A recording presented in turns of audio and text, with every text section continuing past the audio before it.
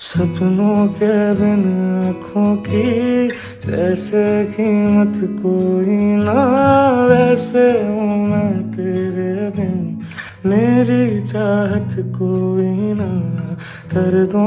तो चलिए शुरू करते हैं। यो रुमको दाइहरूलाई थाहा नै छैन होला यिनको नेपालमा बुढो छ भनेर। केटी भन्छ फेरि केटाको रुममा, त्यो पनि 34मा गुड मर्निङ भन्न गएको होला। ती भएर केटाको रुममा बस्नु हुँदैन, अहिले त 4 महिनाको मात्र छ, फेरि 8 महिनाको बनाइदिन्छ, बी केयरफुल।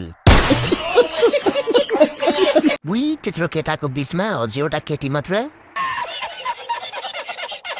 चारीको दाइले पट्याउला है, होसियार, फेरि बुढा रुँदै मिडियामा होला। होइन तपाईँ टोइलेट जाँदाखेरि लेडिज टोइलेट जानुहुन्छ कि जेन्ट्स?